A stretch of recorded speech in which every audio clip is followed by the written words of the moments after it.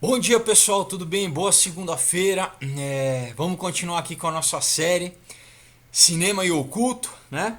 Claro que antes eu vou recomendar a vocês os quadrinhos, né? Aurora, Comunhão, Um Outro Dia, tá? Histórias incríveis, onde muito do que eu falo aqui no canal você vai encontrar lá e olha, artes incríveis, grandes desenhistas, tá? Vale muito a pena, pessoal. Então eu vou deixar aí o link, né, na descrição para você mandar uma mensagem lá para mim na página do Aurora HQ no Face e assim eu te explico como você faz para receber na sua casa autografado, tá bom? E também deixo o link da Omega Turismo para a viagem que a gente vai fazer para Israel em maio. Pessoal, vamos junto, não perde essa oportunidade. Viagem incrível, dá para você se programar, parcelar ela, tá bom? Então não perde essa oportunidade, vamos para Israel e para Turquia, vai ser uma viagem marcante, tá? Você com certeza vai mudar a tua história aí, vai te marcar. Bom, hoje, pessoal, eu quero falar de um diretor, tá? Chamado Roman Polanski. E além dele, eu vou falar de alguns filmes, mas principalmente de um filme chamado O Bebê de Rosemary, tá? Não sei se você já ouviu falar, se você já assistiu, mas é um filme que tem uma importância porque ele marca, tá?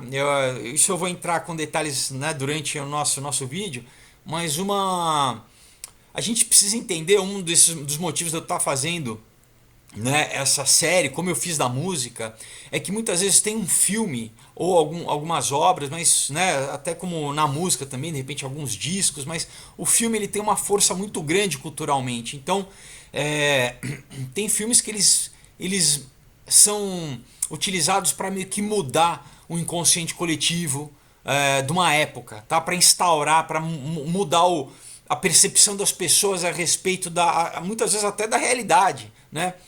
Então a gente vai entender como que a arte pode ser usada dessa forma, como o cinema pode ser usado dessa forma e no caso do Bebê de Rosemary, isso é verdade, tá? Então a gente vai entender como. Bom, o Polanski, né, ele tem até uma certa correlação com o Kubrick no sentido de alguns temas que os dois abordam, né? Eu, né, falei semana passada do De Olhos Bem Fechados, que é um filme que expõe, né, toda essa questão da elite e da questão, enfim, de rituais, né, de magia sexual, de satanismo, de sacrifício humano. E isso a gente vê, e também, por exemplo, outros filmes do Kubrick, né, que ele fala de pedofilia, como Lolita, né, até como De Olhos Bem Fechados, como Iluminado. Né, ele fala sobre essa questão de como muitas vezes a elite está ligada com pedofilia.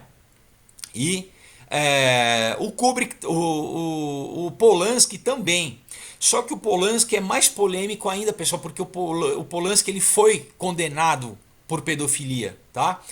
Eu vou falar isso com detalhes, mas além de filmes, né, que ele aborda um pouco dessas coisas, ele mesmo foi condenado. E tem um filme dele chamado The Ninth Gate, acho que em português eu não lembro qual que é o título agora.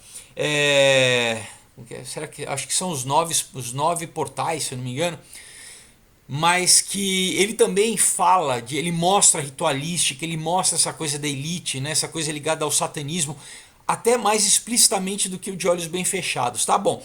Mas vamos entrar aqui no Bebê de Rosemary, né?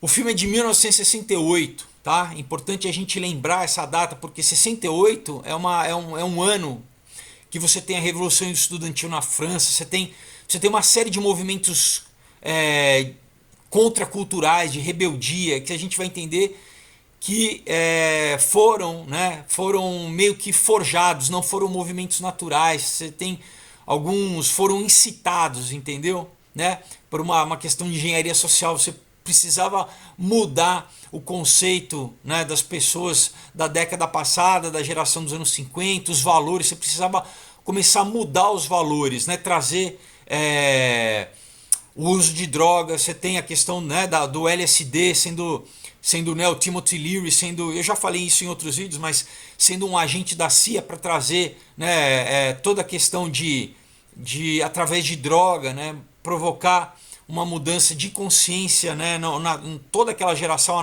nos jovens, né?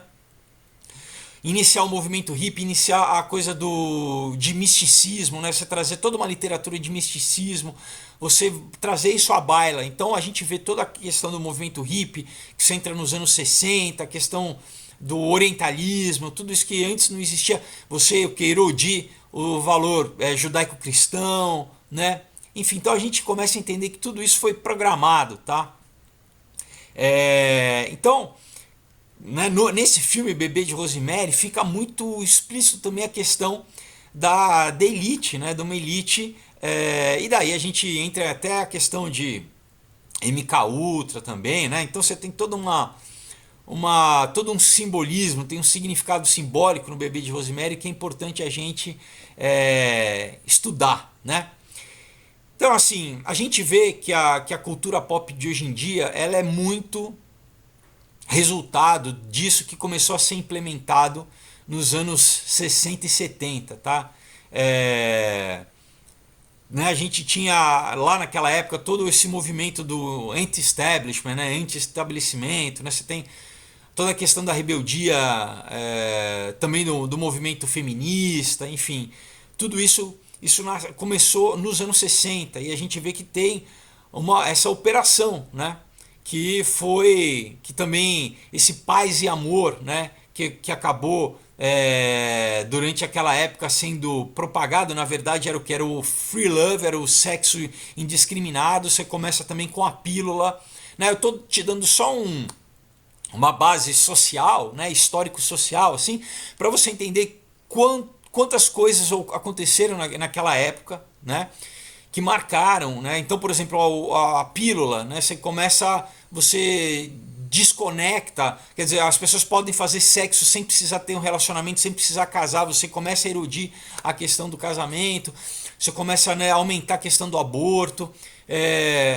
e você marca também, é muito ligado com choques culturais, né? Por exemplo, nos Estados Unidos você teve o assassinato da Sharon Tate, que era quem? Era a mulher do Roman Polanski, ela foi morta pelo Charles Manson. Você tem toda uma questão, isso chocou os Estados Unidos e chocou, né, entendeu? Cada choque é um choque social, é um trauma na sociedade que muda a percepção das pessoas. E 68 é um ano que marca exatamente um pouco, quase que a passagem para os anos 70 e você instaura vamos dizer, uma depressão social, né? Você começa, no começo era o flower power, era todo mundo pretensamente alegre, né? Na verdade era um discurso só para promover o uso de droga, né? Promover essa promiscuidade sexual, mas logo em seguida você entra para uma coisa mais pesada, onde você começa a entrar com uma questão de bruxaria mais pesada, enfim, né? O heavy metal nasce, enfim, então vamos entrar um pouco mais no filme exatamente agora, né? O filme, né, o Bebê de Rosemary, conta o quê? Conta a história de uma jovem, tá? Casada com um ator, né? Eles, por questão do marido dela, né, um casal jovem, ele querer ascender na carreira, eles acabam sendo manipulados por um convento de bruxos, né? O quê? Para dar a luz ao anticristo, né? Isso, na verdade, é um livro, né? Foi um livro escrito. Esse livro também é engraçado que o autor do livro, né? Ele escreveu com 21 anos esse livro. E esse livro foi best-seller, né? Ele vendeu logo que lançou mais 5 milhões de cópias. E mais ou menos o que ele conta no livro, que um jovem ator de repente faz um pacto com o diabo e começa a ter sucesso na carreira. Isso aconteceu com ele. Não estou dizendo que ele tenha feito um pacto, né? Mas tem várias matérias, inclusive uma da Vanity Fair, uma revista americana bem famosa, que traçam essa questão, falam inclusive como se que esse filme, né, e tudo que envolve esse filme fosse meio amaldiçoado, porque teve pessoas que morreram ligadas ao filme, mas a carreira desse cara foi isso, ele teve um grande estouro e depois ele ficou vivendo à margem, né, desse estouro. E ele mesmo se arrependeu, depois ele deu declarações dizendo que ele não sabe se de repente ele deveria ter escrito esse livro, né? Enfim, logo depois desse filme, né, o que aconteceu? O, o, o Polanski, né, que é um polonês, ele nasceu na Polônia, é um judeu polonês, né? Ele da Polônia ele foi para Inglaterra, ele fez filmes na Inglaterra e O Bebê de Rosemary é o primeiro filme dele nos Estados Unidos, que também foi um grande sucesso. Então você tem umas similaridades assim, né? É engraçado. Interessante que menos de um ano depois do lançamento do filme do Bebê de Rosemary, a Sharon Tate, né, a esposa do Polanski, que a gente também vai falar dela, né, o primeiro filme dela na Inglaterra é um filme de bruxaria, é um filme também que mostra a elite, né? É um filme chamado O Olho do Diabo, The Eye of the Devil, onde ela faz uma bruxa, né? Onde tem sacrifício humano, né?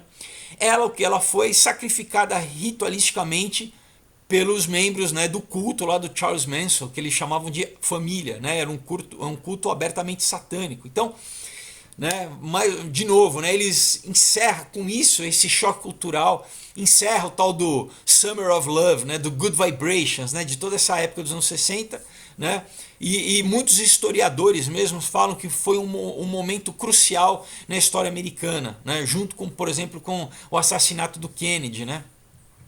Mas a gente vai entender o significado simbólico, né, do filme, e a gente também vai estudar, né, esses eventos que estão em volta do filme, nesses acontecimentos estranhos, né? Então, como eu falei, né, é uma adaptação do livro do Ira Levin, né? É o judeu também, né? O autor, né? Então, assim, é um filme que, apesar de não ter sangue, né? De não, você não ter o que o pessoal no cinema chama de gore, né? Não ter decapitação, aquela coisa tipo Jason, Freddy Krueger, é considerado um dos filmes mais assustadores de todos os tempos, né? Por quê? Porque a natureza do filme, né? Ela é assustadora porque não está nos efeitos especiais, não está no sangue, mas está no realismo do filme, no tratamento do filme, tá? É um filme que ele é feito ele é como se fosse um drama, né? Como se fosse não um filme de terror, mas claro, é um filme estranho. Desde o começo da abertura do filme é um filme estranho, né? Quem quiser ver, eu recomendo, mas você vai, né? Você se prepara antes, né? Se você for cristão, ore antes, né? Mas veja com um olhar crítico, né? Exatamente para você saber o que você está assistindo, né? Então, logo desde o começo do filme, né? O começo do filme, a primeira abertura, você mostra de cima para baixo, né? A câmera mostrando esse apartamento. É um conjunto de prédios lá no estado, em Nova York chamado Dakota, né? É um prédio chamado Dakota que. Interessante esse prédio também, porque é onde o John Lennon morava e é na frente desse prédio que ele foi também assassinado, tá? Em frente ao Dakota, né? Muita gente que vai para Nova York vai visitar o Dakota exatamente para ver onde que o John Lennon foi assassinado, e muita gente. Daí tem toda uma história que também ele foi sacrificado, enfim, né? Talvez a gente fale, se der tempo, a gente fala um pouco disso, mas. E o que? Então essa câmera ela já traz uma coisa meio etérea, como se fosse meio que um espírito visitando, né? Porque é uma câmera de cima para baixo, passeando ali, né? É uma coisa que o Kubrick usa no começo do Iluminado também, né? Uma câmera. Hoje em dia é mais comum essas tomadas aéreas. Naquela época não era muito, até por uma questão técnica, né? Tecnológica. Mas enfim, então é uma visão meio que incorpórea, né?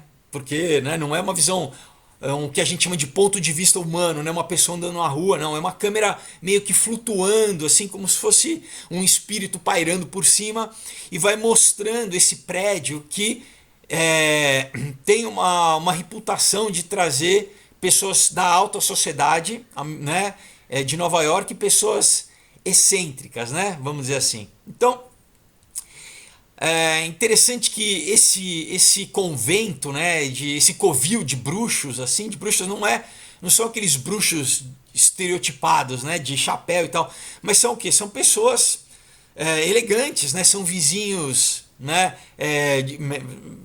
simpáticos, amistosos, são médicos, são advogados, são pessoas da alta sociedade, como o Kubrick mostra no De Olhos Bem Fechados, né? São pessoas que a princípio você não imaginaria, né? Que são que são satanistas, né, que estão ligados a sociedades secretas, né, não é gente estranha, vamos dizer assim, são pessoas da alta sociedade requintadas, né, e que a gente, na verdade, muitas pessoas que têm relato acabam dizendo que exatamente são essas pessoas, né, juízes e pessoas assim, políticos, pessoas do mundo econômico, né, grandes empresários, enfim, né. Então, o realismo do filme, né, ele reforça, né, para os espectadores, né, a pensar, refletir na existência desses grupos, né, desses conventos. Né. Então, engraçado que até um pouco depois, né, do lançamento do filme, as pessoas houve uma repercussão até social nisso, né? Porque as pessoas começaram a pensar assim, será que isso pode acontecer comigo? Porque a gente vai entender, né, que a personagem principal do filme, né, a Rosemary, que é representada pela a Mia Farrow, né, que acabou sendo mulher do Woody Allen, ela meio que ela é forçada, né, a isso.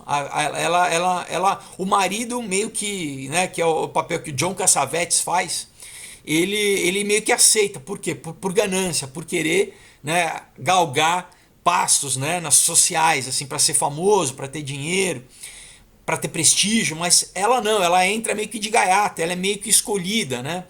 Enfim, a gente vai entrar. Então, no filme, o prédio, né, que o nome de verdade é Dakota, no filme chama Bramford, né, o nome do prédio.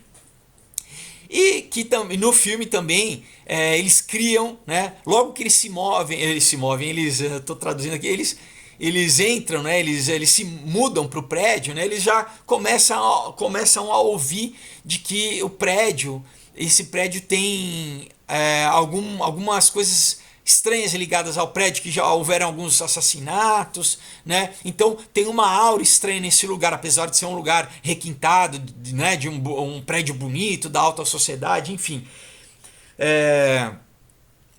No filme, né, diz que tem um sujeito chamado Adrian Marcato, eles ouvem falar, né, um cara rico, praticante de bruxaria, que quase morreu no saguão do prédio, né?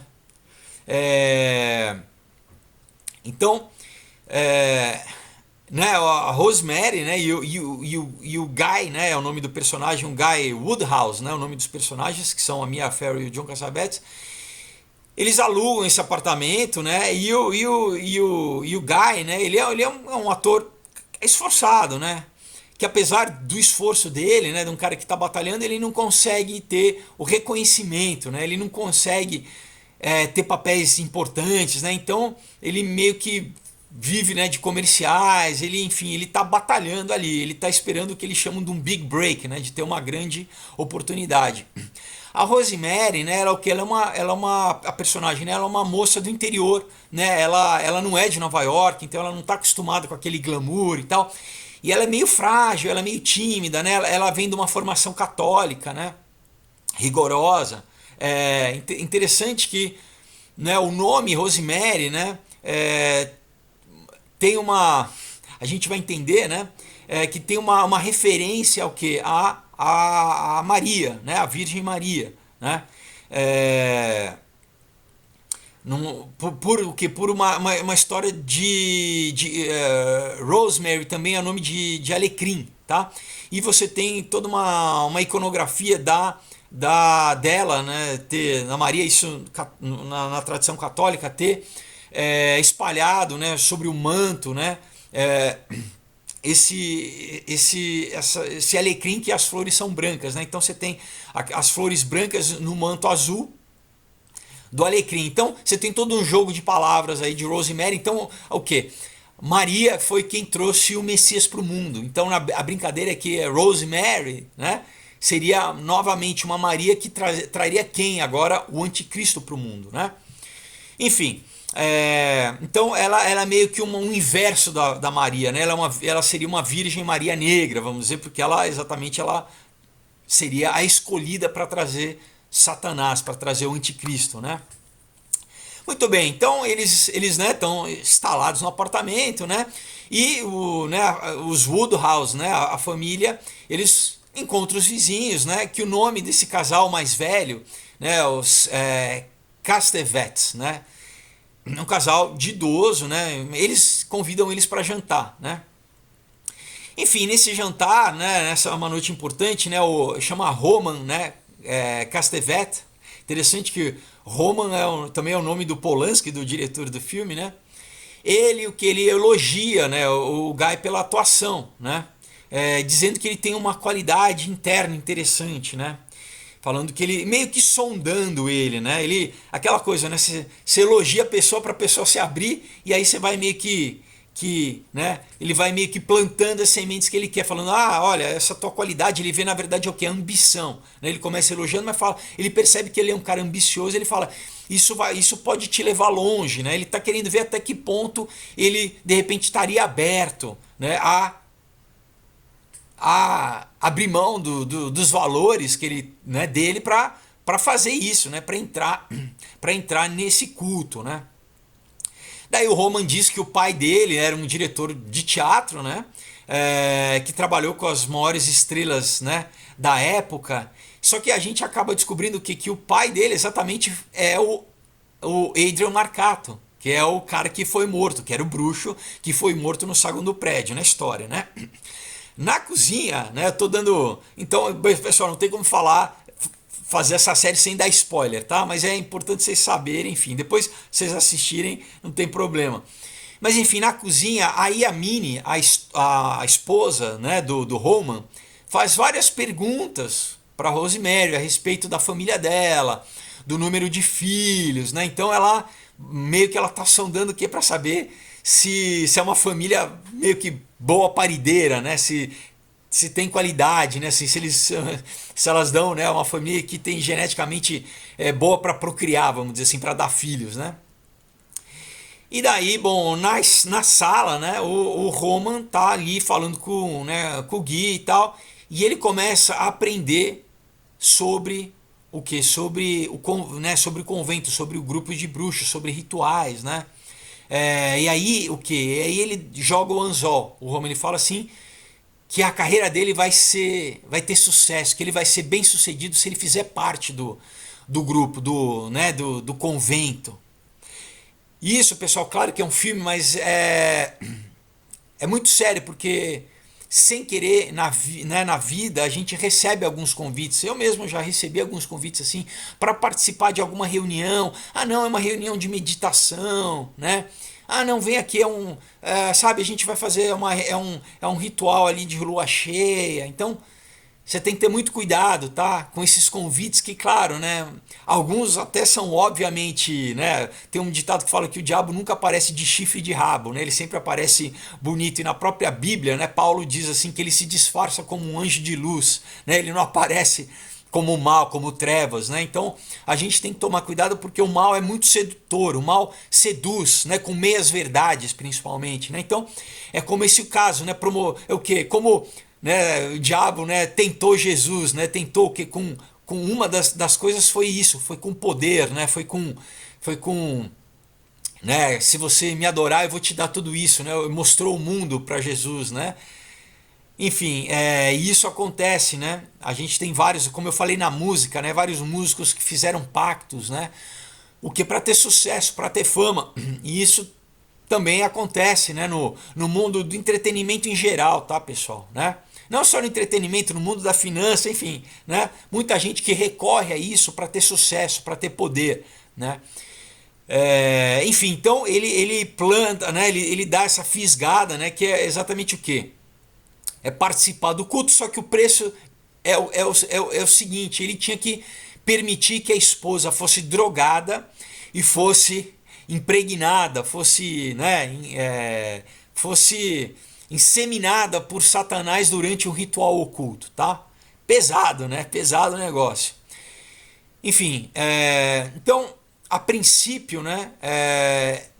Ele acha meio estranho, ele não gosta muito, mas o que ele acaba, né? Ele acaba se juntando a né, esse covil, né, de bruxos, né, e ele acaba virando um amigo do Roman, né? O Roman vira um mentor para ele, né? A Rosemary, ela não tem ideia do que está rolando, né? Ela fica boiada, né? Ela, inclusive, ela meio que pega bode, né? Pega bode usar até bode. Ela fica cansada, né? Do casal, do comportamento, porque eles são estranhos, né? De repente, eles são meio, sabe, né, entrão, né? A Minnie, ela de repente aparece, faz uma visita ali na casa dela e ela dá um pingente para Rosemary que contém uma raiz que, né, no filme chama Tanis, que é uma planta fictícia, mas enfim, dizendo que é um amuleto da sorte, né? É um pingente esférico, né, que tinha sido anteriormente usado por uma jovem que vivia com os Castvets na história, né? Na história, esse casal idoso encontrou essa jovem morando na rua, né? A gente vai entender que isso é uma forma, isso agora, né, fora do filme, isso é uma coisa que muita gente que faz com sacrifício humano acaba recorrendo a morador de rua, né? Porque a princípio, se a pessoa morrer, não vai ter ninguém que vai procurar. Então, né, os handlers, né, que chamam em inglês, os manipuladores lá do MK Ultra, né, dessa galera de controle da mente que pegam esses indivíduos, muitas vezes eles exatamente pegam pessoas, são moradores de rua, né? Mas o que na história diz o que essa jovem, ela se matou, ela se suicidou pulando da janela, que fica meio que implícito, que, né, a gente entende depois vendo o filme que provavelmente quando ela descobriu qual eram os planos, né, qual eram, né, os planos ocultos dos Castvets para ela, né? De repente eles já iam tentar fazer com que ela fosse, né, a a virgem, né, como a virgem, não, mas que ela fosse servir como ventre, né, para trazer o anticristo, né? Então esse pingente já é um símbolo no filme do que desse controle mental dos bruxos sobre a Rosemary, né? Já é uma meio que ali o que a gente chama de ponto de contato, né? Um amuleto ali para meio que deixar ela já meio que espiritualmente submissa, presa àquela influência, né? Na mesma noite, né, que isso acontece, o Guy ele ganha um papel, né, o papel principal numa peça, porque numa peça da Broadway, né, uma peça importante, porque o ator que ia fazer ficou cego de repente. Então, olha só, ele já começa a ver que, né, o pacto que ele fez já está surtindo efeito, né? De repente, do nada, aparece essa oportunidade para ele fazer um papel principal numa super peça da Broadway, porque de uma hora para outra o ator que ia fazer ficou cego, né? Então, aí ele fica convencido, né, de que realmente ele tem que emburacar nisso, ele tem que entrar nessa história, né? Ele fica convencido do poder desses bruxos, né, de alterar a realidade e que realmente vão ajudar ele na carreira, né? A Rosemary percebe uma mudança drástica nele, né, na personalidade dele, né? O marido de repente começa a virar uma estrela, né? Um cara que era um cara, ela começa a estranhar, ele começa a ficar extremamente egocêntrico, vaidoso, preocupado só com ele, né? Ele esquece ela, ele começa só se preocupar agora com a fama dele, agora ele começa a ser procurado, né, pela mídia, enfim, né? Então é mais um paralelo, né, de como muitas vezes as pessoas, né, elas mudam, né, elas têm um shift, né, das pessoas. Exemplo é a Katy Perry, né, que cresceu numa família cristã, né, o pai dela pastor. Ela, inclusive, no começo da carreira fazia louvor.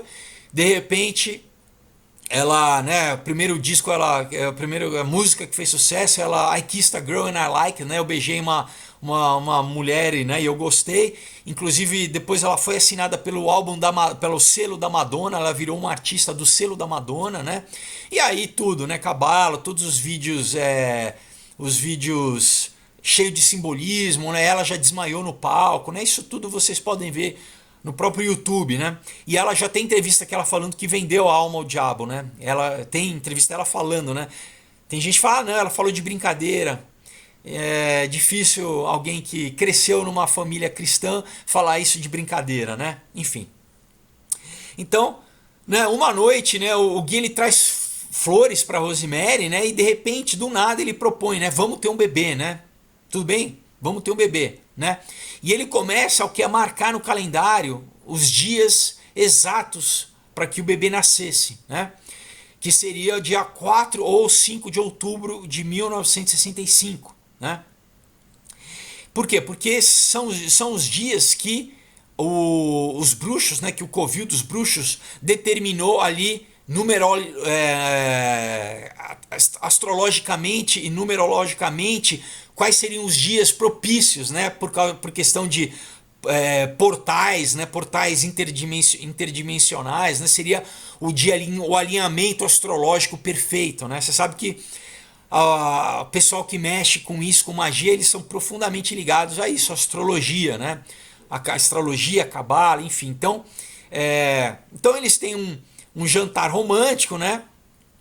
Meio que, né, preparando para aquela noite de amor, né?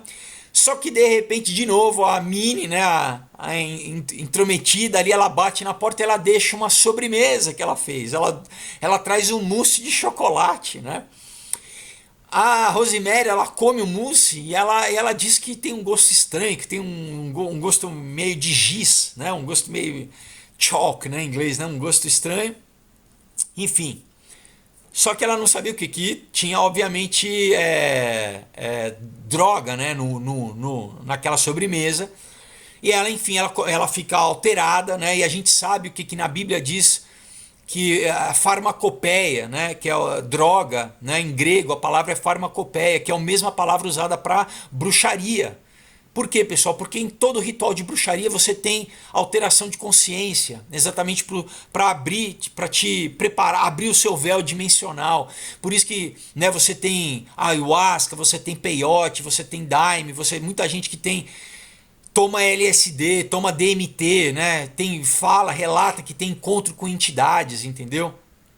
Né? Exatamente por isso, né? Porque as drogas te abrem a ver o mundo espiritual, né? E a Bíblia diz isso. Então, ela está nesse estado, né? De sonho, né? Esse estado alterado, né? E nesse estado alterado, o Gui começa a fazer amor com ela. Só que, né, de repente, ela começa a ver que não é o Gui, mas que é o quê? É uma besta, é uma fera ali com um olho reptiliano, né, com um olho amarelo, mão com garra. É o que é? É o diabo, né? Que ela tá, enfim, ela vê que ela tá, enfim, tendo sexo, ela tá sendo estuprada, na verdade, não é nem por um íncubus, é literalmente pelo diabo, como se fosse uma materialização ali de Satanás, como a gente vê pictoricamente, né, o Baphomet, né? Então ela percebe, né, que não é um sonho, que aquilo está acontecendo, né? Enfim, você tem cenas, né, que aquela a pata, né, tá sobre as costas dela, com sangue. Enfim, é uma coisa bem pesada, né? E isso remete toda uma tradição, pessoal, que passa pela Idade Média, né, nos conventos de bruxas. Até as escolas de mistério ali de Pitágoras e do egípcias, enfim, né? Isso não é novo, né? Enfim, né? Eu falo até bastante disso, quem já leu, né? O Comunhão tem uma coisa, né, que eu falo um pouco disso.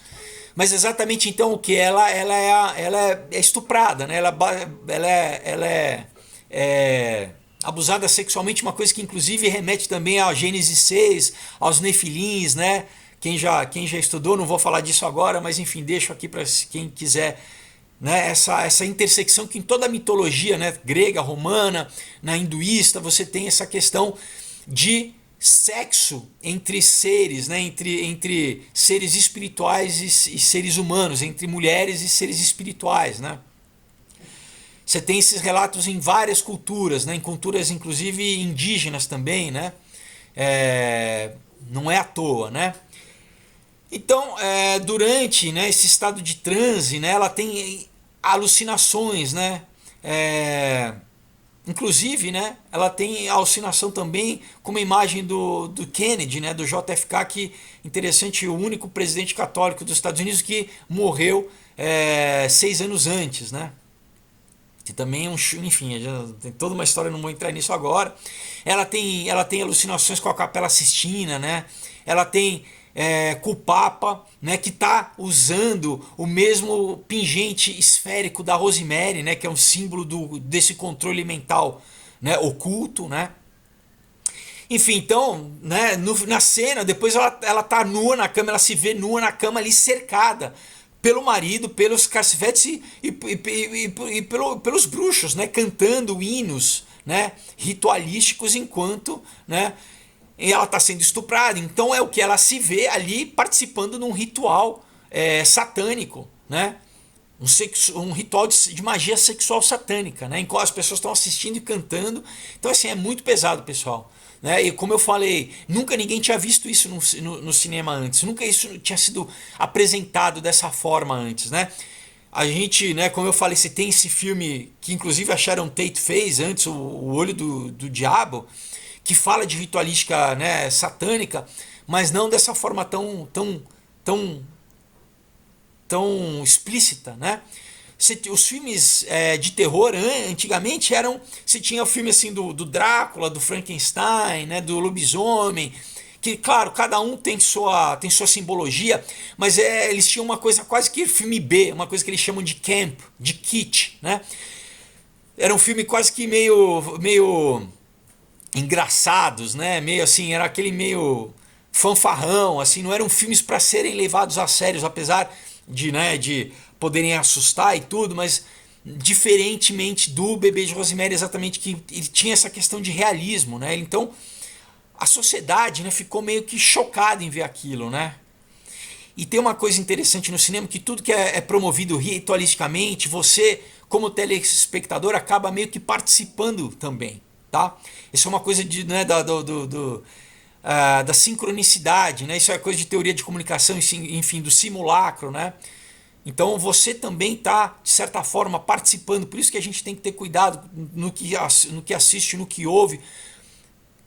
Querendo ou não, esses símbolos podem te influenciar, podem também te alterar, né? Enfim. Então, outra coisa interessante é que tem vários rumores, né? Muita gente fala que quem fez esse papel, né? Quem vestiu a roupa, né, do Satanás, do monstrão que estupra lá no filme, foi exatamente o Anton LaVey, que é o fundador da Igreja de Satanás, né? Que não é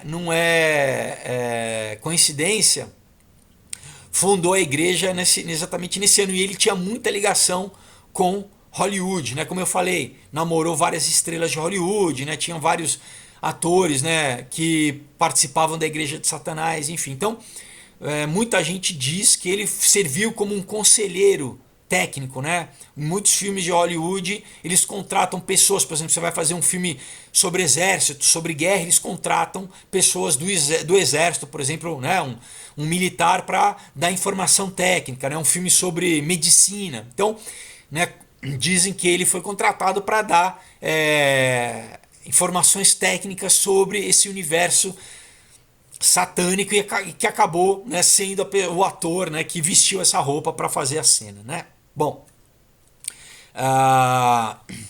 outra coisa interessante, né, que é ligado ao próprio Anton LaVey, né, é que você tem uma pessoa, uma das pessoas que eram membros, né, da família do culto do Charles Manson, que matou a Sharon Tate, chama Susan Atkins, e ela era seguidora do Anton LaVey, ela fazia parte da Igreja de Satanás, né, Susan Atkins. Então você vê como as coisas se interligam, pessoal, né? A gente vai entender que nesse filme, as pessoas desse filme, elas tudo meio que tá ligado, tá? Né? Com a realidade, a história do filme com as coisas que aconteceram em volta do filme, né? Bom, voltando aqui, né? Tô meio um pouquinho rouco, mas tudo bem. Logo depois de saber, né, das novidades, né, da gravidez da Rosemary, né, que ela tá grávida, o Guy vai lá, bate na porta dos Castevet para dizer as boas novas. O que é evangelho, pessoal? Evangelho é as boas novas, né? Então a gente vê que no filme eles usam esse espelhamento negativo, vamos dizer assim, né? Você tem meio que como se fosse uma revelar foto, né? Você tem o negativo e o positivo. Então você tem as boas novas né, cristãs positivas, você tem as negativas, as satânicas, né? Então essas boas novas, né? Aí o que a Minnie imediatamente começa, né, a levar, a recomendar que a Rosemary ela veja o melhor obstetra do país, né, chamado Abe Sarpenstein, né, que ele é o quê? Que ele é um médico da elite. Por quê? Porque ele que cuida de todos os bebês da alta sociedade. Isso é importante, a gente o filme reforça muito isso, tá, pessoal? Que na alta sociedade, na elite, nos altos escalões eles inclusive, né, a elite diz que o cristianismo é a religião da ralé, né, dos pobres, né, que a elite é satânica, que ela é iluminada, né, então toda essa questão do Illuminati, que para você ser dessas, né, eles pegam pessoas, né, eles selecionam pessoas, né, em inglês eles falam tap, né, como se fosse uma batidinha no ombro, né, eles escolhem para sociedades secretas, por exemplo, Yale, né, Skull and Bones, né, que é uma sociedade secreta que existe ali no campus da Yale, né, da onde saiu toda a família Bush, o Prescott Bush, o George Bush Sr., né, o pai, o George Bush, o filho, todos foram da Skull and Bones, né, que tem toda uma série de coisas de ritualística satânica. Então, todo ano, o que eles falam que os novos candidatos, eles são TAP, né, alguém chega e analisa e fala assim, esse é um cara que a gente vai chamar. E bate porque e essas pessoas elas acabam assumindo grandes posições na sociedade, entendeu? Ou na indústria, ou no mundo financeiro, no mercado financeiro, em bancos, ou na política, ou no entretenimento. Então é meio que essas pessoas selecionadas, eles vão colocar elas em lugares estratégicos da sociedade, obviamente. Por quê? Porque depois essas pessoas vão beneficiar esse sistema de poder, eles vão beneficiar a elite, porque eles controlam a elite. Então, quando eles precisarem, por exemplo, soltar uma notícia na mídia ou esconder uma notícia na mídia que eles não querem que apareça, eles têm pessoas ali nos lugares de poder exatamente que vão fazer o quê? Vão suprimir uma informação ou vão promover uma informação. Isso no mercado financeiro também, né? Vão promover a queda da bolsa em um país, ou vão promover, né, o aquecimento do mercado no país, exatamente o que? Vocês estão entendendo? Eles vão conduzindo a sociedade dessa forma, pessoal, né? Muito bem. Então o médico, né, o Abe, né, ele pede que a Rosemary, né, ela não leia nenhum livro sobre gravidez, qualquer coisa tradicional, né? E que também ela evite todos os conselhos de pessoas, de parentes, de amigos, né? Porque ele diz o quê? Que não tem duas gestações iguais, então ouve só o que a gente tem para falar, ou o que eu tenho para falar, e esquece, não lê nenhum livro, não, né? Então o que? Ele tá o quê? Na verdade, ele sabe que essa gravidez profana, ela vai ser extremamente dolorosa, né? E o que? Ele também diz que ela tem que beber todo dia bebidas, né, feitas pela Minnie, né, pela velhinha ali, pela vizinha dela, tá? Então ela basicamente ela fica totalmente dependente, né, desse covil. Ela não sabe ainda que eles são bruxos, né? Ela tem umas vamos dizer uns insights assim, mas ainda ela não sabe, né, claramente, né? Enfim, então ela é monitorada, ela é sedada, né, de várias maneiras, e ela é meio que cerceada, né? O pessoal fica de olho nela, porque obviamente agora ela o que? Ela contém ali a semente do Satanás, né? Então eles começam né, a ficar em cima dela, né? E a gravidez é extremamente difícil, né? Ela perde peso, ela tem dores, né, horríveis no estômago, né? E né, o Abe, o médico, ele fala, não se preocupa, né, essa dor vai embora, né? Enfim, ela fica cansada, né? Ela meio que, né, ela enche o saco dela, literalmente, né, que esses vizinhos tão pouco preocupados com ela, na verdade, estão muito preocupados com a gravidez, né? Então, né, ela recebe um livro de um amigo, né? Que está preocupado, e esse livro, que é um amigo que de repente, depois na história, né, ele morre, né, do nada ele morre, ele aparece morto, né?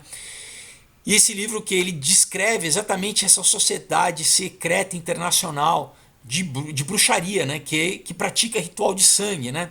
Então a Rosemary ela começa a comprar mais livros sobre bruxaria, né? E mostra em vários livros. Você tem livro ali que inclusive a gente consegue ver no filme, né? A imagem do Baphomet, por exemplo, né? Então ela começa a ver várias coisas, né? Ela começa a ler e ela começa a ligar os pontos, né? E ela começa a entender por que a carreira do marido dela tá assim, do nada, de uma hora para outra, né? O cara vira uma estrela, né? Ele começa a ter papéis em grandes estúdios, papéis em filmes, né? É, e muitas pessoas, né? Elas começam a morrer de forma supostamente natural, né? Então, ela começa a ver, né? Que o tal do convento, né? Eles se unem, né? Para fazer magia enfim, né? Para fazer magia mesmo, para o quê? Para cegar, para ensurdecer, para matar, né, as pessoas, as vítimas que eles escolhem, né? Então o que a Rosemary ela tenta escapar desse controle, né? Ela procura agir, ela procura ajuda, né? Mas toda vez o que os caras vão atrás dela e trazem ela de volta, né? Ela finalmente, né, ela é drogada novamente pelo Abe, né? Pelo médico Abe Saperstein, né? Enfim, logo depois ela entra em trabalho de parto, né? Só que, enfim, tem toda essa coisa, não é num hospital, né? É aquilo, né? Eles guardam ela, né? Eles aprisionam, a palavra certa é isso, né? Eles aprisionam ela, né? Então, quando a Rosemary acorda, né? E ela é informada, né? Que o bebê dela, né? Tinha morrido, né? Na verdade, o bebê dela foi levado por eles, né? Mas enfim, ela fica triste e tal, e o marido, olha só, ele tenta consolar a esposa, né? Dizendo que agora, né, grandes produtoras como a Paramount, como a Universal, né? Vão contratar ele, né? Que também ele prometeram uma mansão em Beverly Hills, né, na Califórnia, né? Que na verdade são o quê? São recompensas pelo pacto que ele fez, né? Pela iniciação que ele teve ali no convento, né? No covil dos bruxos, né? E pelo sacrifício, né? do filho, né? De entregar o primogênito, né? Bom, ela acha que ela tem que encontrar esse bebê, né? Ela não fica, não se dá por vencida, né? E ela entra no apartamento dos vizinhos, né? Ela entra ali escondida no apartamento e de repente ela encontra uma cena satânica, que é mais ou menos como se fosse uma adoração dos magos, dos reis magos, né? Como se fosse um presépio satânico, né? Onde os reis magos vão levar presentes, né? Para o Messias, para Jesus. E ela vê isso, né? Meio que esse ritual acontecendo onde pessoas estão levando presentes para esse bebê, né? Quando ela se aproxima, né? Do berço, ela vê os olhos reptilianos no bebê, que são os mesmos olhos que ela viu quando ela estava drogada, né? No Satanás, os olhos amarelos ali, com aquela íris transversal, assim, reptiliana, né? Vertical. Ela começa a gritar, né? E o Roma, aí ele abre o verbo, né? Ele fala assim: Satanás é o pai, não é o Gui, né? Ele veio do inferno e gerou um filho de uma mulher mortal. Satanás é o pai e o nome dele é Adrian, do filho, tá? Ele derrubará os poderosos, destruirá os seus templos, ele redimirá os desprezados e fará vingança em nome dos queimados e dos torturados. Salve Adrian, salve Satanás, Deus está morto, Satanás vive. É o ano 1, quer dizer, como se fosse o ano 1 do reinado de Satanás. Deus está morto. Então, para eles, né, o nascimento do bebê de Rosemary é o marco do ano 1, né? E é interessante, pessoal, porque na história, isso ele nasce em 1966, né? Também, né, e a história, na verdade, o Ira Levin, né, o autor do livro, ele disse que ele teve a ideia do livro quando ele pensou que você ia ter junho de 1966. Então, meia, é o mês 6666. E daí a ideia dele de como seria se nessa data você marcasse a vinda do anticristo, né? E não é à toa também que a gente precisa lembrar que a igreja de Satanás chama o ano 1 1966, né? Enfim, então, né, olha só, pessoal. Aí o Roman, o que ele pede para Rosemary ser mãe do filho e cuidar do bebê, né? Aí é uma coisa, é um ponto também de virada do filme, por quê? Porque ela meio que ela cede, né? Ela começa a ver as pessoas e ela ouve o grito do bebê chorando, né? E ela meio que ela cede e ela se aproxima e ela começa a balançar o berço, né? Então, é uma cena, né, e é basicamente o final do filme, né? Termina assim, esse grupo, né, esse convento de bruxas, esse covil de bruxos, né, em torno dela enquanto ela cuida, né, desse bebê monstruoso, né? E ela meio que sorri, ela aceita essa situação, né? E novamente a câmera, o que ela sai pela janela e ela começa a flutuar, né, sobre o apartamento e sobre, né, Nova York, né? Então, mostrando que as pessoas que na cidade não sabem, né, o mundo que não sabe, não tem noção do que está acontecendo, né? Enfim, tem alguns críticos, né, de cinema que falam que o filme O Bebê de Rosemary é simplesmente um filme de terror, né, que trata dessas questões, né, explora a sensibilidade dos cristãos, né, devotos, vamos dizer assim, jovens mães, né, que sofrem durante o parto, né, aquela baboseira que muita gente fica procurando significado porque ou não quer falar do real significado ou na verdade não tem nem discernimento espiritual, não consegue entender o que está sendo apresentado ali, não tem referência também do ocultismo, né? Uma outra coisa interessante, um símbolo, né? Lembra que eu falei, eles falam Deus está morto, né? Tem um momento que ela está lendo uma revista, uma capa da Time, né? Da revista Time, a Rosemary no filme, e a capa da Time está dizendo exatamente isso, God is dead, né? God is dead. Então a gente vê claramente, né, né, e daí tem muita gente que já falou desse filme, já leu, que o filme é o que? Ele é um manifesto, né? É um manifesto oculto, né? Seguindo o que toda a tradição do Aleister Crowley, né? O filho do novo Aeon, né? Da nova era, né? É o Horus, né? O filho de Isis, né? Que é o anticristo, né? Que para eles, né? Inclusive eles têm um ritual, né? Que é que na maçonaria, né, que é exatamente ressuscitar Horus, né, trazer Horus novamente, né, Osíris, trazer Osíris de volta, né, é esse papel, né, do anticristo. Enfim, então você tem, por exemplo, né, um crítico aqui, né, do Village Voice, que é um jornal lá de Nova York, né, dizendo assim, né, o filme ele aparece no momento do caos espiritual na vida americana, né? O Bebê de Rosemary continua sendo uma lembrança icônica da época em que tudo parecia impossível, inclusive o nascimento do anticristo, né? Esse crítico né, falou isso a respeito do filme, né? Então, a Rosemary, o personagem da Rosemary é o que? Pra gente entender, ela representa a sociedade tradicional americana, a sociedade ingênua dos anos 50, de todo pós-guerra, né? Que você tem o tal do baby boom, né? Que você tem, né, os valores americanos de família, você tem, né, o baby boom por quê? Porque é a explosão dos bebês, as famílias se formando, né? As pessoas voltando da Segunda Guerra, né? A economia melhorando, então os valores tradicionais, né? Mesmo com o início da TV, a programação da TV era o Father Knows Best, né? Eram programas que falavam da família, né? E até no começo, um pouco dos anos 60, né? Com o Kennedy, né? Então você tinha uma ideia de idealismo, de esperança, mas que logo isso foi subvertido. Por quê? Porque eles, como eu falei, precisavam mudar a consciência social, né? Claro que o filme é um pedacinho nisso, né? Isso é uma coisa muito grande.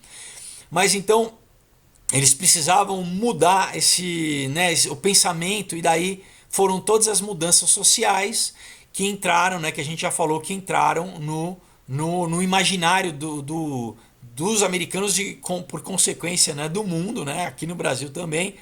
Então você tem eventos que chocaram, né? E chocaram a mente das pessoas, né? Incluindo a morte do JFK, da Marilyn, né? A morte da Marilyn, que também uma morte misteriosa. Imagina a maior estrela do, né? Como se fosse, sei lá, a Angelina Jolie junto com a Lady Gaga, né? Era a Marilyn Monroe na época, né? Como ela morreu de repente a morte do Martin Luther King. Então vários assassinatos assim, sabe?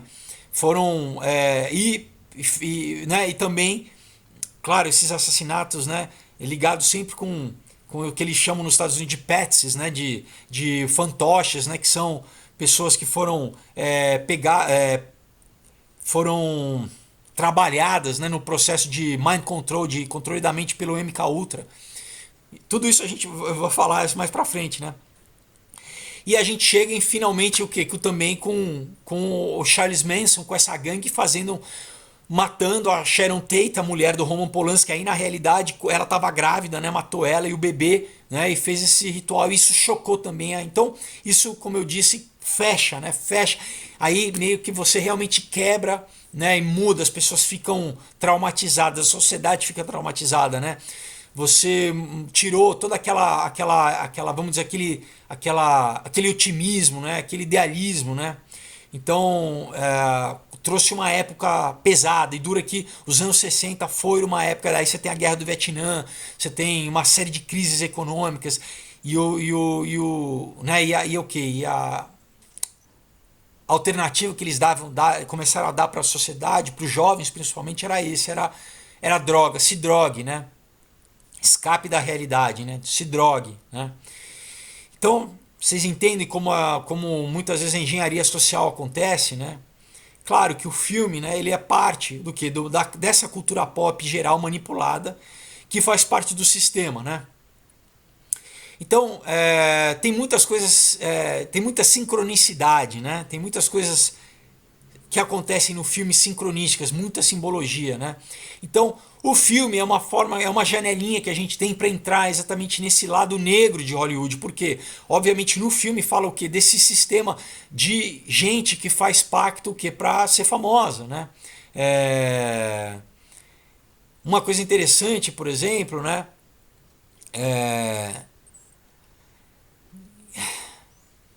Deixa eu pegar aqui. Ah, falando, né, sobre o assassinato, né, da Sharon Tate, né, que inclusive, né, o Polanski chegou a pensar nela para fazer o personagem da Mia Farrow, né, mas aí que tá, ela ficou grávida, né, e não é por acaso que pouco tempo depois ela foi esfaqueada 16 vezes, né, pelo Charles Manson, né, e pela gangue do Charles Manson, né. Você tem um estudioso chamado Fritz Springmeier que descreveu o Charles Manson exatamente como um escravo monarca, né? Quer dizer, do programa Monarca, do MK Ultra, né? Que foi exatamente usado para esse assassinato ritualístico, né? Então, diz aqui, né, os assassinatos do Mason, né, soam como a morte dos hippies e tudo que simbolicamente eles representavam, né? Eles fecham uma era, né? Os anos 60 na noite de 9 de agosto de 1969, né? Enfim, muitas pessoas, né, agora saindo um pouco do filme, falando um pouco do Manson, né, diz que os assassinatos do Manson foram também programados utilizando músicas do Beatles, né, como Helter Skelter, né, porque eles pintaram isso na parede da casa do Charles Manson com o sangue da Sharon Tate, né. É, que ele foi hipnoticamente trabalhado através da repetição do filme, da música também, né?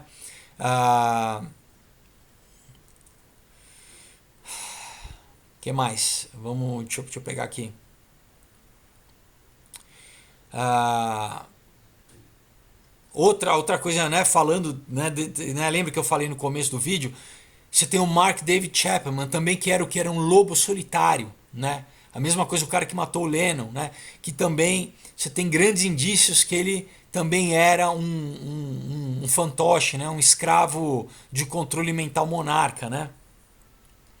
Ah, olha só, né, o assassino do Lennon, né, o Mark David Chapman, ele era amigo do Anton LaVey, tá, que é o fundador da Igreja Satânica, do Kenneth Anger, que era discípulo americano do Aleister Crowley, né?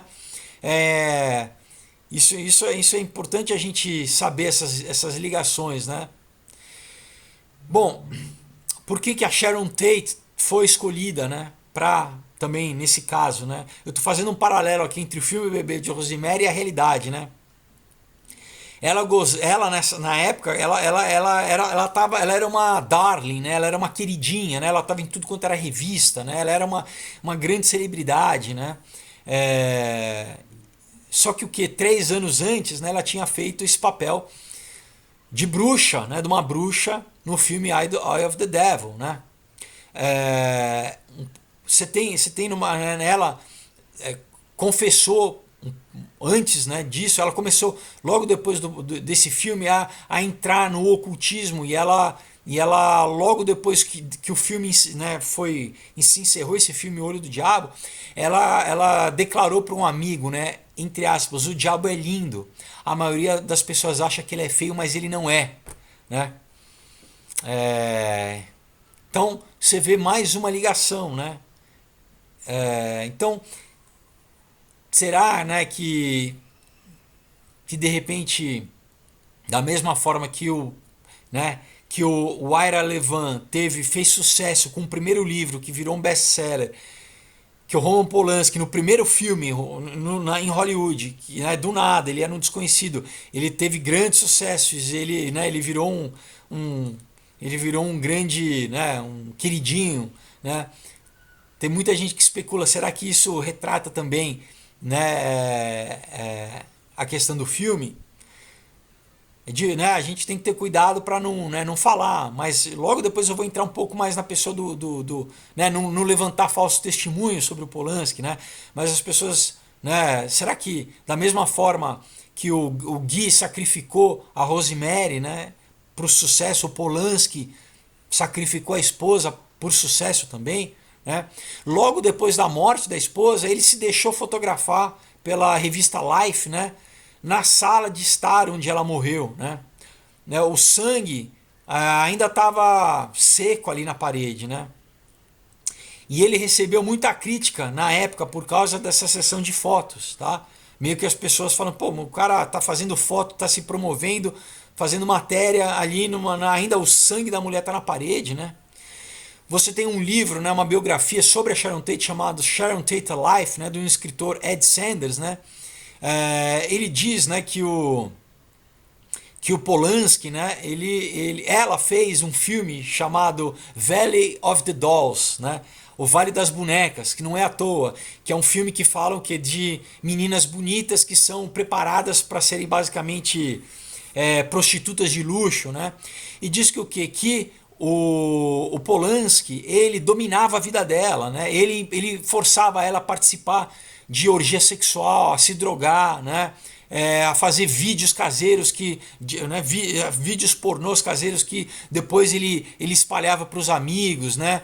E essas fitas, esses vídeos incluíam cenas sadomasoquistas, né? Ritual sexual, né? Inclusive alguns rostos conhecidos de Hollywood participavam desses filmes. Então vocês estão entendendo, pessoal, como as coisas funcionavam, né? Claro que ela meio que se deixou levar, né? Ela acabou entrando, né? A Sharon Tate, né? Ela entrou, começou a se enfiar com o ocultismo, né? Você vê essa declaração de que o diabo é lindo, né? Casou com o Polanski começou a introduzir ela nesses círculos de poder e de sexo e de magia, né? Né? Continua aqui uma amiga, né? Uma fotógrafa amiga dela, dizendo assim, uma chamada Cheryl Hatami, né? Falou que a Sharon Tate contou sobre que o Roman Polanski forçava ela, né, a fazer esses vídeos sexuais, né? E a gente vai entender depois do Polanski, né, na carreira dele, né? Tem um filme chamado Lua de Fel, né? Que exatamente ele explora todo esse lado pesado, tá? De orgia sexual, enfim. E você tem o filme, né? Acho que é o do Nine Gate também. Ela continua, né, dizendo assim que ele trazia garotas, né, pra gente fazer orgia sexual, né, trazia prostitutas, né, e dizia que ela não gostava que ele pegasse prostitutas lá no Sunset Boulevard, né, numa avenida ali, num ponto de prostituição em Los Angeles, para fazer sexo com ela, com elas e gravar, fazer vídeos caseiros, né, fazer, enfim.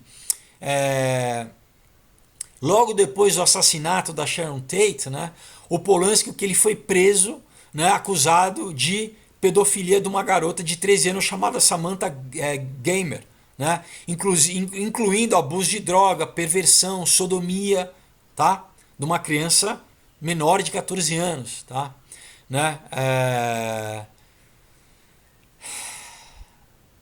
Então a história, né, no julgamento, né, o que aconteceu na história, né, o Polanski ele pediu para a mãe da Gamer, que era uma atriz, né, e uma modelo, né, se ele podia fotografar a menina, né, para uma edição francesa da Vogue, tá?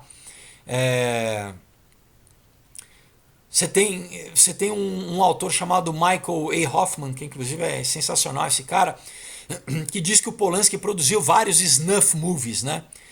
Snuff movies são esses filmes que passam na Deep Web hoje em dia, né? E antigamente corriam filmes que mostram assassinatos. Você tem aquele filme 8mm, né? Com o Nicolas Cage, que exatamente aborda essa questão, né? Desse mundo...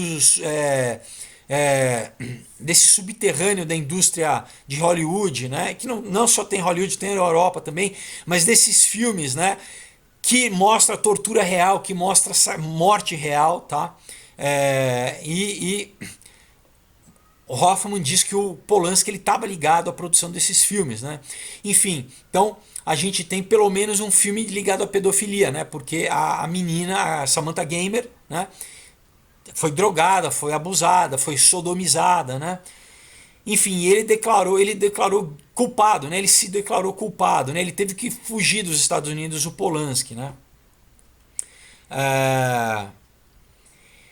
Então, pessoal, deixa eu ver quanto tempo a gente está aqui. Caramba, passou 1h07. Deixa eu tentar fechar aqui, né? Por que é importante, né? Além da gente mostrar, né? Quer dizer, a gente entender que culturalmente você tem publicamente um filme falando, né? Agora é o ano 1, é o ano de Satanás, né? E a gente começa a ver na sociedade um monte de coisa acontecendo, né?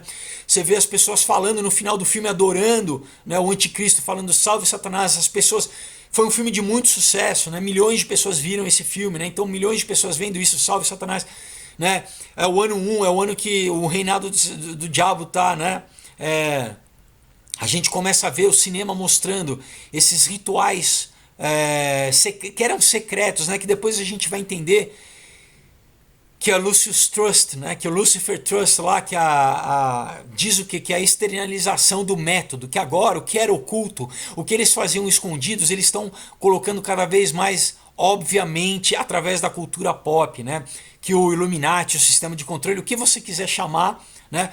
Cada vez mais eles estão colocando, através da indústria cultural, eles estão colocando, né, explicitamente mensagens através da cultura, através do desenho. A gente está vendo do Netflix agora, por exemplo, como, né, Samantha, né, como desenhos de transgênero para criança. Então, o que eles faziam antes escondidos, né, agora eles fazem abertamente, né?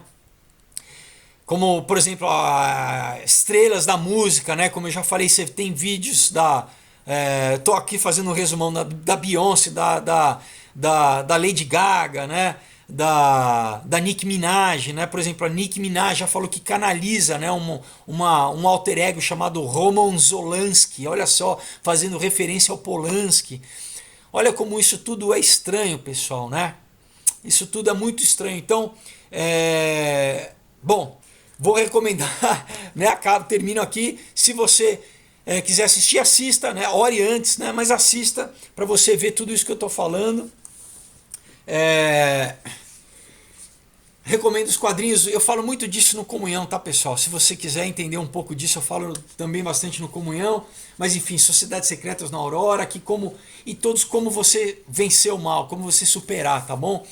Então deixo aí para vocês o link, né, dos quadrinhos, para vocês entrarem na página do Face, saberem como vocês fazem para adquirir, e o link da viagem, né, da Ômega Turismo, para a gente ir para Israel fazer uma super viagem, tá bom, pessoal? Então quinta-feira a gente tem aí uma palavra, né, edificante, e a gente continua com a série semana que vem, tá bom? Boa semana, pessoal, Deus abençoe, em nome de Jesus.